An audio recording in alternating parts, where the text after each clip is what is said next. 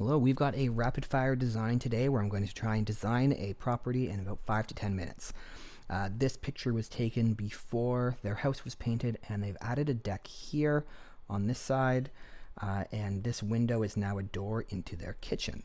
We've got a couple notes here. First is their goal is to grow as much food as possible in this front yard area while still looking beautiful. They want a slightly more formal look. They want it to be a good example of what edible landscaping can be in a neat and tidy setting. They have a few challenges before that. I'm going to show the property line comes along here, and all of the snow from these two driveways gets piled here, and which means that anything along here and along here is especially going to take a beating in the winter. Also, anything along this front edge has two big hazards. One is in the winter snow removal.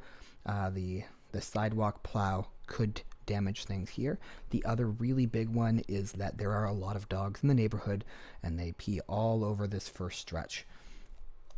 So with that in mind, we're going to take a peek here and see what we can do. They have veggie gardens in the back, and so in the front here, I'm going to start with a few elderberry trees along here.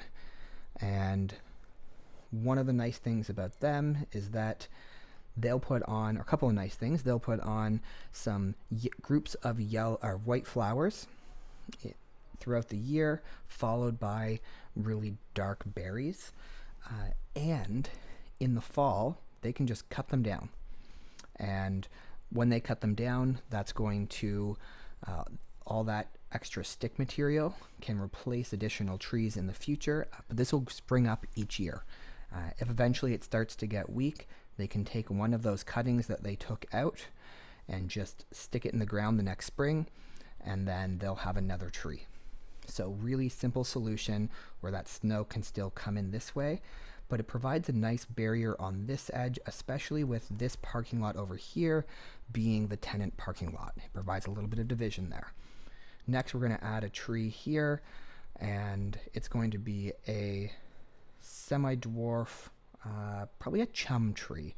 So a cherry plum cross, and nice thing about it is that it's going to put on a lot of blooms while producing a delicious fruit. And heavy blooms earlier in the year, and then this beautiful deep red fruit, or burgundy depending on the type, blue fruit all over it later in the year, putting on two really good shows.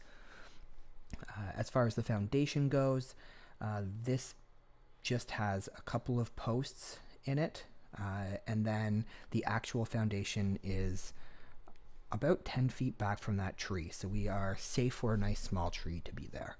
We're going to stick a few bushes in here, miscellaneous berry bushes, and then as I look on this side, I see two good options. Oops. I'm not sure how I just did that, but the last time I tried to record this, I accidentally made my brush way too big, and for some reason when I'm recording, I cannot adjust it quickly. So I'm just shrinking down my brush here. There we go. So a couple options. One is right along here, we could do a hascap hedge, knowing that we want to leave enough room in here for them to get to the back. And the other option, my phone's getting busy here. The other option is we could put a kind of a more of a hazelnut hedge along here, and it can still be trimmed up fairly nicely, not quite as neat and tidy as the hascap, but still pretty neat and tidy.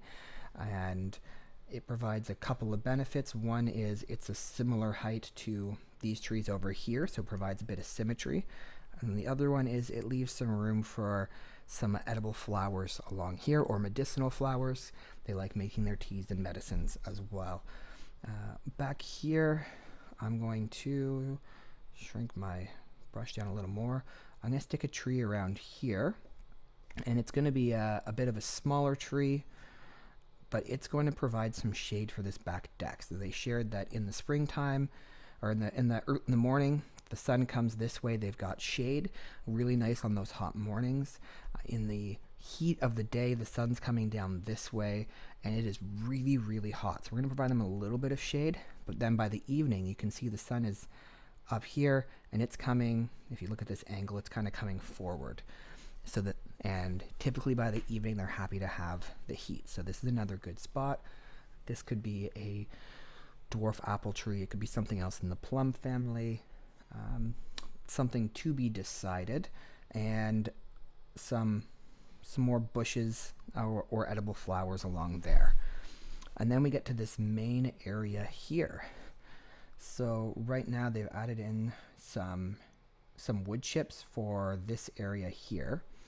So I'm just going to kind of outline that, and something we can do is we can add flowers and herbs here, a mixture of, I'd say, primarily perennial options here, some additional berries, and then on this side we're going to add another garden bed that can be a lot of the annual herbs, the ones that they're going to come out from the garden or from the kitchen and use right away. We can stick some herb boxes kind of on the rail here. Those are tricky. They oftentimes end up drying out. But what about that dog problem?